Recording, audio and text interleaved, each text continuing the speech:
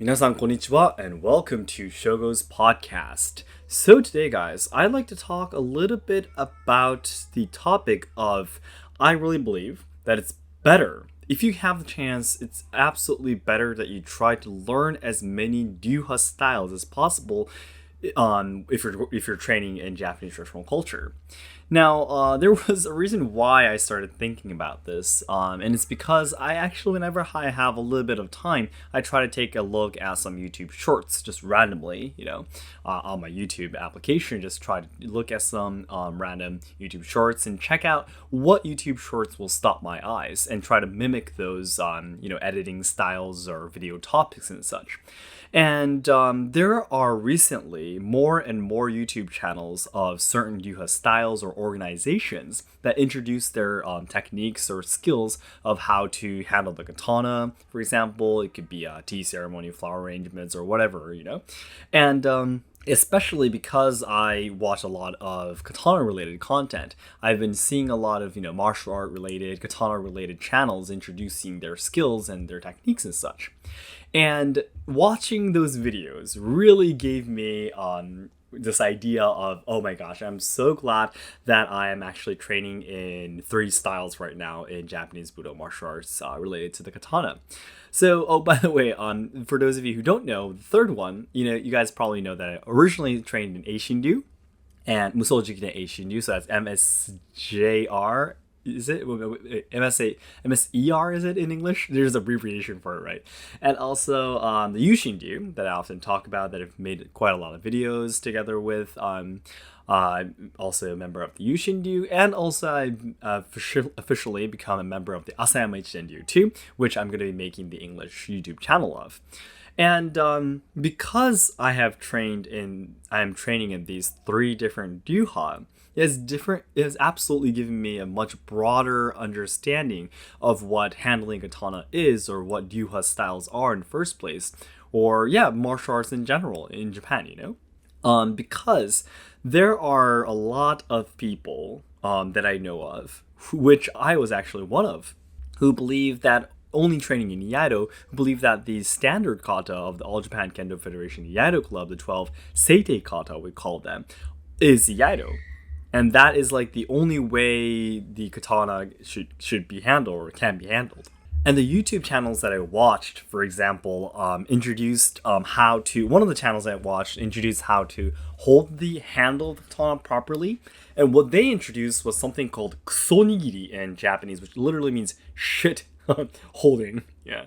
And it doesn't literally mean shit. In Japanese, if you ever watch anime, I'm pretty sure a lot of people say kuso, Kuso means shit, but it means like doing something without thinking, or just doing it with a lot of force, And that Ryuha explained that whenever you hold on to the handle of a katana, you should hold it with all of your strength, You just like literally grip onto it until your hands turn white, is what they explained in the video.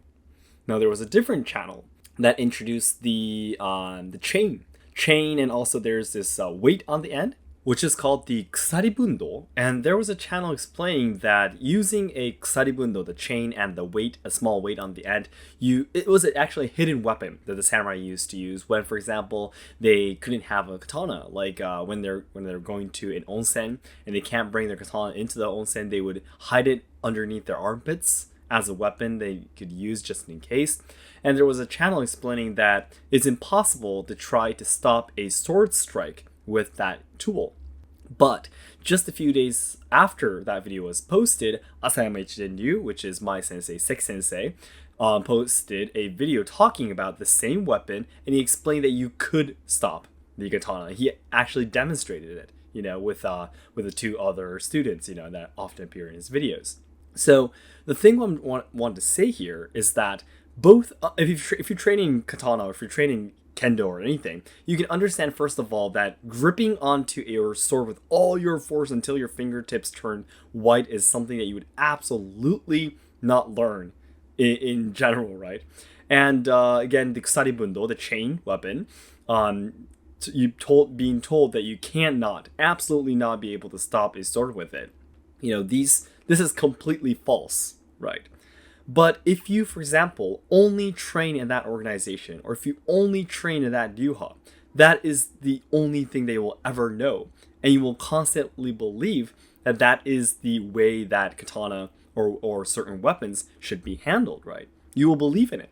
You will start to hurt other people, attack other people because you have that belief, But if you train in at least 2 Ryuha styles, for example, in Iaido or Kenjutsu or whatever it is, you will very, very, very soon realize that that is definitely not true. Because each style, each Ryuha school, martial arts, all of these things teach you very, very different logics and tactics. But they all make sense too, in each Ryuha. Yeah. I really think that it's important that you try to be flexible and humble enough to try to learn these things. And I personally really do not like the recent trend that you should only train in one Ryuha. There's a lot of websites of those schools that say that if you already train in a different Ryuha, we cannot welcome you, because you already train in a different place, And again, I can understand what they're trying to do. They don't want their skills to be stolen by other Ryuha, because if the skills are stolen, they won't be able to do their business anymore, right? And because it's a business, we can't have so many students going over to other places and mixing things together, So I can understand that, but for the techniques, in terms of techniques, and for the people to actually improve their skills, it is absolutely not good. Because in the past for samurai learned various martial arts and trained multiple Ryuha. It was very common for a person to have their main Ryuha, of course, but go to other Ryuha too to study their skills and, for like a few years to come back with their license and basically bring in the different Ryuha's techniques into their own Ryuha too. It was very, very common because the purpose was not for business, was not for those people who have authority to maintain their power, The purpose was simply for the people to get stronger.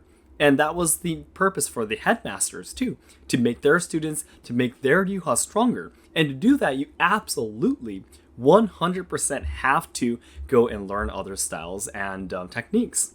I personally feel as a man who really wants to use my life to kind of to try to deepen my understanding towards martial arts and what the samurais wanted to achieve. This is still my purpose. Getting better at it, understanding more of it is still my purpose, just like the samurai in the past. So the 3 Ryuha and the 3 masters that I train under right now are people who are like, if you want to go and train other Ryuha, please go ahead. There's just like nothing to stop. There's nothing we can do to stop you, So I'm really happy about it. But if there is a chance for you too to even, for example, look at videos of it, or read books of it, it would be great if you could try to study more about other Ryuha, because if you don't, I experienced it before. I trained only in Musashi and Eishinryu for 5 years, and the first time I met Yushinkan, I was like completely shocked. I couldn't believe it.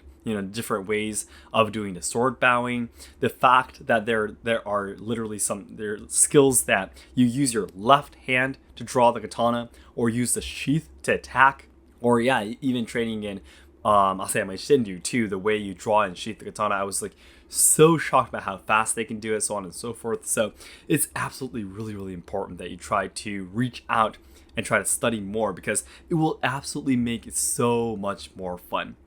Even if it's the same Ryuha, if you go to a different master's dojo, it'll be very different too. So for tea ceremony too, I have actually watched the other Ryuha styles do their tea ceremonies. I watched different Ryuha styles, no theater performances too, and it's just really, really fun, simply. So if you're already training in a Ryuha style, and if you're not even training in Ryuha style yet, please, I really, really hope, as a friend, I'd love to tell you that it's really, really fun, and also enhances your training too. So I just wanted to share this thought with you today.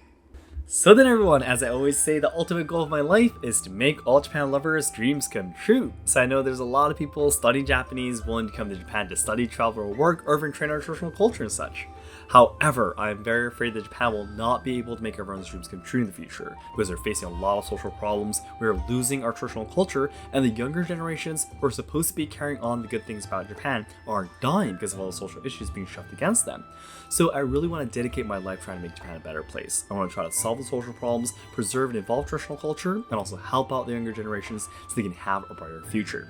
And to do this right now, the nearest goal I have is to raise money to buy my very first real bamboo shakuhachi to do more collaboration videos with Kaminara Daisuke-san, who is the shakuhachi player of Waki Band, to spread the wonderful world of Japanese traditional music. And also, I hope you can check out my Suzuki page, which is my merchandise page, and we're selling the merchandise that's limited to the end of 2022.